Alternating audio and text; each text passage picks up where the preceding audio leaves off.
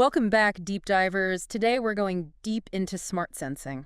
Oh, this should be interesting. We're looking specifically at innovation here in New South Wales. Okay, and how are we approaching this? Well, we're using the NSSN annual report. It covers the 2023-2024 financial year. Ah, so like a snapshot of the latest and greatest. Exactly. And we're talking really cutting-edge stuff. Yeah. AI that can actually hear koalas in the wild. Wow. Sensors that can predict bushfires, even a system to remove those tiny microplastics from our water. That's amazing. The NSSN always seems to be pushing the boundaries. I mean, Yes. It's not just the tech itself. Right. It's how they use it to actually, solve problems, make a real difference. Absolutely. Okay, so before we go full tech head, let's back up a sec. Sure. What exactly is the NSSN? I mean, for anyone who might be new to this. So the NSSN stands for the New South Wales Smart Sensing Network. Okay. Essentially, it's this group of top universities from New South Wales and the ACT. And they're all working towards a common goal, right? Using smart sensing to tackle really complex challenges. So it's not just research happening in silos at individual universities. Nope, not at all. I mean, collaboration is at the core of what they do. Okay, I see. They bring together these incredible minds from academia, connect them with, government agencies, industry partners. A real network then? Yeah, exactly. Yeah. A powerful network, all driving innovation. And their vision is really ambitious. Yeah. To establish New South Wales as a global hub for smart sensing. Wow. And with 28 active projects, it seems like they're well on their way. Oh, absolutely. And some of these projects, they're incredible. Can you give us a taste? Like, what are some that really show this vision in action? Okay, well, one that jumps out is the EcoEar project. I've heard of this. It uses AI-powered sensors to, get this, detect koala calls in the wild. So, like, instead of sending people out into the bush? Exactly. It's much more efficient, way less invasive. I mean, think about it. Traditional methods could be disrupting the very ecosystem they're trying to protect. Makes sense. Can we talk a bit more about the tech behind it? How does it actually work? Sure. So the EcoEar uses something called neuromorphic systems. Neuromorphic? Yeah. Basically, computer systems designed to mimic the human brain. They're amazing at recognizing patterns, filtering out all the noise, Ah, so perfect for isolating those koala calls. Exactly. So instead of recording everything, it's like selectively listening. That must make a huge difference for researchers trying to track koalas over, like, huge areas. Oh, absolutely. And it's not just limited to koalas, Yeah. This tech could change how we monitor all sorts of wildlife, especially those that are really hard to track traditionally. That's fascinating. So the EcoEar is like a perfect example of combining high tech with a deep understanding of environmental challenges. Definitely. Another project that highlights that is their work on what they call instantaneous detection of high-risk lightning. Okay, so lightning, that's got to be related to bushfires, right? You got it. Australia's, super prone to bushfires. Mm. And those lightning strikes are often the trigger, especially during those scorching summers when everything's just like tinder dry. Right. So the NSSN, they partnered up with the Fire Neutral Network, the NSW Rural Fire Service, and the ACT government. Okay, a real team effort. Yeah. And together, they developed this network of smart lightning detectors. Smart detectors. So what makes them so smart? Well, they don't just register a strike. They actually analyze the lightning. Wow. They figure out how likely it is to actually start a fire. So not every lightning strike sets off alarm bells. Exactly. They're looking for specific signs, like long continuing currents. Those are a big red flag. And then this info goes straight to the fire agencies. Real time. So they can respond fast. Target their resources where they're needed most. It's like an early warning system for bushfires. Exactly. And that proactive approach, it could mean the difference between, a small fire and a massive inferno. Saving lives, property, ecosystems, the whole 9 yards. Right. Now, speaking of protecting the environment, Yeah. there's another project that really impressed me. The Sensing Microplastics in Water project. Microplastics, that's a big issue. Huge. And it's everywhere. Our oceans, our waterways, it's scary. Yeah.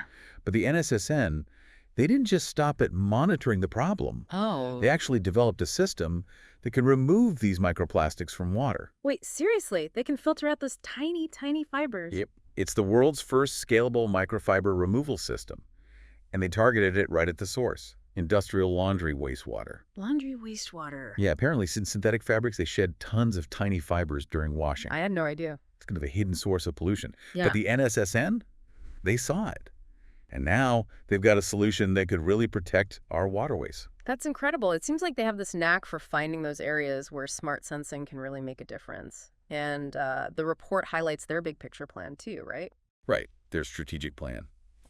And it focuses on 5 big challenges. They call them grand challenges. Grand challenges. Sounds pretty ambitious. They are. But the NSSN, they're not afraid of a challenge. They take a really comprehensive approach. Okay, so what are these grand challenges? So they're focusing on environment and agriculture, human health, natural hazards, net zero, and smart places. Wow, they're not messing around. So, like, they're covering everything from the planet to people to the cities we live in. Exactly. And these challenges, they're all connected in many ways, like take environment and agriculture, for example. Okay. They're looking at, protecting the planet, ensuring sustainable food production, and that's super important with climate change and a growing population, right? Right. And that ties in with net zero, which is all about moving to a low-carbon economy. Okay. Yeah, I see the connections. And then there's smart places, creating more livable, more sustainable urban environments. So it's not just about addressing one problem at a time. No, it's about seeing the bigger picture. And the other 2 challenges, human health and natural hazards, they're equally important. What are they doing in those areas? So human health is all about using smart sensing to revolutionize healthcare. Think non-invasive heart monitoring systems, that kind of thing. Wow. And natural hazards, well, builds on projects like that lightning detection system, Yeah. predicting and mitigating disasters, bushfires, floods, earthquakes, the whole lot. So they're basically trying to create a safer, healthier, and more sustainable world. Exactly. It's a really inspiring vision. But, how do they actually turn these ambitious goals into action? Yeah, good question. Does the report say anything about specific initiatives like to support these grand challenges? They do. They've set up this thing called the NSSN Grand Challenge Fund. What's that? It's basically designed to kickstart innovative research projects, ones that, fit into those 5 key areas we just talked about. So it's not just talk, they're putting money behind these goals. Exactly. They offer grants up to $100,000 per project to support research that directly tackles the grand challenges.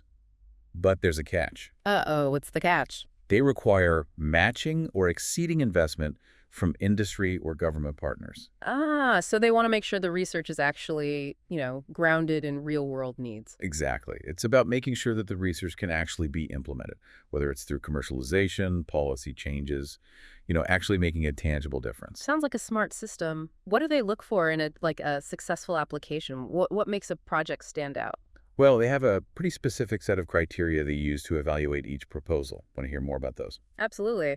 I'm curious to know what they prioritize when choosing which projects get funding. So first up is the significance of the proposal. Basically, how groundbreaking is the approach and how well does it address the chosen grand challenge? Makes sense. So it's not just like a cool idea, it's got to have real potential, right? Right. It needs to push the boundaries of smart sensing. And that part makes up a big chunk of the evaluation, like 30%. Wow, okay. Then they look at the level of collaboration, specifically how the proposal brings together different NSSN universities, real teamwork. Okay, yeah, that's got to be important, bringing different experts together. Absolutely. Right. That's worth 15%. Got it. And it's not just about the academics working together, They also look at the partnerships with industry and government. Right, making sure the research is useful in the real world. Yeah, exactly. Making sure they're actually solving problems that matter. That's another 15%. And then they want to make sure the project's well managed, Oh, right, a solid plan to make it all happen. Yep. So they look at the research plan, making sure everything's on track. That's another 15%. So a brilliant idea isn't enough. You got to prove you can pull it off. Exactly. And then finally, there's the impact pathway. Impact pathway. It's basically thinking about the long game. Yeah. How the project will keep making a difference even after the funding's gone. Okay, so looking beyond the research itself. Exactly. That's worth 15% too. They want to see a ripple effect, whether it's commercialization, policy changes, ongoing research, whatever. It sounds like they've got a really solid system in place, which probably explains why their business development program has been so successful. The report mentioned some pretty impressive financial returns. Yeah, they've done really well. Yeah. That program's all about connecting the dots between research and, real-world applications. So they're not just funding research for the sake of it. They're trying to make sure it actually gets used. Exactly. They're like a matchmaker, connecting industry partners with the right research expertise within the network. And it seems to be working. It is. In the last financial year, they generated $2.65 million in commissioned research across 15 projects. Wow, that's pretty impressive. It shows they're doing a good job of identifying promising research and getting it to a point where it can actually benefit society. It's not just about the money, though, is it? The report also mentioned their industry engagement program. Yeah, they're really active on that front. They organize events all over the New South Wales and the ACT. So they're really building a community around this, huh? Exactly. They get that innovation thrives when people from different worlds connect, share ideas, collaborate. Just in the last year, they held 16 events, workshops, forums, networking events. Like what kinds of topics? Oh, all sorts. One that stands out was the Sensing the West Forum. It was all about how smart sensing can shape the future of Western Sydney. Western Sydney, that's a fast-growing area, isn't it? It is. Lots of challenges, but also huge opportunities. Smart sensing could be really helpful with things like, traffic, infrastructure, even sustainability. Makes sense. What else? Oh, they also had a textile circularity workshop. That one was at the University of Newcastle. They looked at how smart sensing could help create a more sustainable textile industry. The fashion industry has a pretty bad environmental footprint. Yeah, for sure. So that workshop brought together researchers, industry leaders, policymakers, trying to find ways to reduce textile waste. That's awesome. Sounds like they're really taking a multifaceted approach, engaging with all the right people. And it's getting noticed, too. The NSSN picked up a bunch of awards last year. Oh, yeah. For what? Well, they got the IoT Impact Award for research, for one, and the Banksia Foundation National Award for Sustainability. Wow, that's huge. Yeah, it really shows that they're leaders in the field, and it doesn't stop there. They also received the KSAN's Innovation and Excellence in Air Quality Award for their open air project. Open air, that rings a bell. It's all about giving communities the power to monitor air quality in their own neighborhoods. So cool. It really shows they're using technology to make a difference in people's lives. Absolutely. And the Australian Information Industry Association, they gave the NSSN an I Award for Sustainability and Environment. They're really racking up the accolades. They are. And that recognition is important. Yeah. It raises awareness about the potential of smart sensing. Speaking of awareness, the report also mentioned their online presence, growing their audience. Oh, yeah. Their LinkedIn is huge. Over 3,700 followers. And their newsletter, The Sensor, has over 2,700 readers. Wow, so they're really reaching a lot of people. They are. And they're not just talking about the science, They're sharing stories about the impact of their work, trying to get people excited about smart sensing. It sounds like they're doing a great job of showing the world what this technology can do. Earlier you mentioned some really interesting projects. You did? Can we dive back into those a bit, get a better sense of how they're actually working towards these grand challenges? Yeah, let's revisit some of those. Okay, so let's go back to that Eco-Ear project, the one for monitoring koalas. Right. I was really intrigued by those neuromorphic systems. Can you break that down a bit more? Like, how did those actually work? Okay, so imagine like a computer system that learns and adapts, kind of like our brains do. Okay. That's basically a neuromorphic system. It uses these networks of artificial neurons to process information, recognize patterns. So it's not like traditional programming. Right. It's more about mimicking the way our brains work. So the Eco-Ear basically has its own little brain filtering out all those other forest sounds. Exactly. It's super efficient. Instead of recording every single sound, it just focuses on, the specific sounds koalas make, saves energy, storage space, and the data analysis is like way easier. It's like having a super-powered ear out there just listening for those koala calls. And think about the potential. This could be used to monitor all sorts of things. Forest health, even like whale migration. Wow. It's amazing what they can do with this tech. Okay, let's switch gears for a sec. Sure. That high-risk lightning project, the one that analyzes lightning strikes to figure out the fire risk. Yeah, that one's pretty cool. How do they actually teach a machine to, predict fires? It's all about machine learning. They feed these algorithms tons of data from the lightning detectors, weather forecasts, fuel moisture levels, all of it. So it's not just about the lightning itself. Nope, it's about the bigger picture. And how do the algorithms, know what to look for? Did they, I don't know, teach the computer to think like a fire expert or something? In a way, yeah. They train it on huge data sets of past lightning strikes and the fires that resulted. So the system learns to spot those patterns, the things that make a fire more likely. It sounds pretty complex. It is, but it's also incredibly powerful. It allows them to move from reactive to proactive fire management. Right, preventing those small fires from becoming huge disasters. Okay, now I want to circle back to that microplastic removal system. That one really blew me away. I mean, actually filtering out those tiny fibers, it seems impossible. It's a real engineering marvel. Remember we talked about industrial laundry wastewater? Yeah, our clothes shedding all those fibers. So they teamed up with this company called Pegras, developed a multi-stage filtration system specifically for this problem. Okay, how does it work? It uses a combo of physical filters and chemical processes. First, it removed the bigger particles. Then they add a coagulant that makes those tiny microplastics clump together. Ah, making them easier to catch. Exactly. And then they use this process called flocculation to, create even bigger clumps that can be filtered out. So it's like a multi-pronged attack on microplastics. Yep. And it's surprisingly effective. It can remove a huge percentage of the microplastics from the wastewater. That's fantastic. Another example of smart thinking and clever engineering to solve a real problem.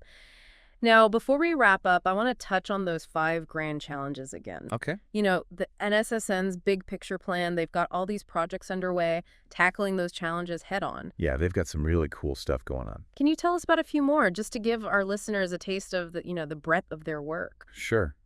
Let's see, under environment and agriculture, they've got this project focused on, get this, beehive health. EBs. Yeah, they're developing these tiny sensors that go inside the hive, monitoring things like temperature, humidity. They can even listen to the sounds the bees make. So it's like giving beekeepers a real-time checkup on their hives. Exactly. They can spot problems early on, like pests or diseases, and take action before it's too late. That's so cool. So it's about protecting those pollinators. Yeah, and promoting sustainable agriculture. It all ties together. It does. Now, what about human health? I know they're doing some work on heart health. Right.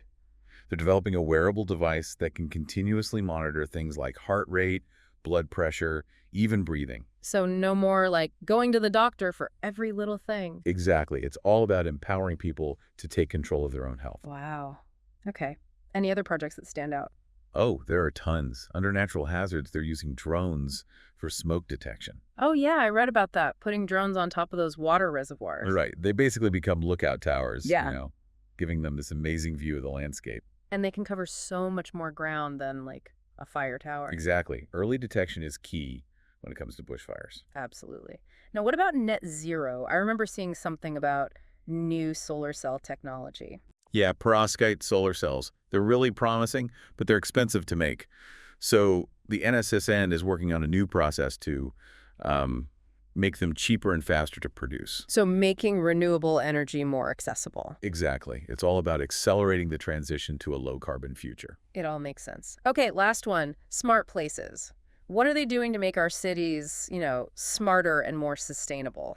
One project that I thought was really cool is they're developing a multilingual language translator for natural hazard warnings. Oh, that's so important. Making sure everyone has access to vital information no matter what language they speak. Right. Especially in a multicultural country like Australia. It's about, social inclusion, making sure everyone benefits from these technologies. That's a great note to end on.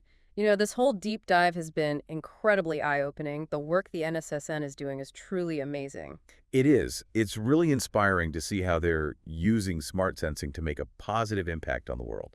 And they're not just focusing on the technology itself. They're tackling real problems, things that affect all of us. Absolutely.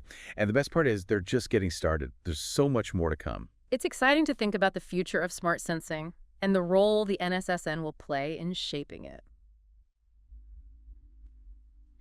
Well, that's about all the time we have for today. Thanks to all our listeners for joining us on this deep dive into the world of smart sensing. We hope you learned something new and maybe even got a little inspired. And if you want to learn more about the NSSN and all their amazing projects, be sure to check out their website. It's www.nssn.org.au. It's definitely worth a look. Until next time, keep exploring, keep asking questions, and keep diving deep.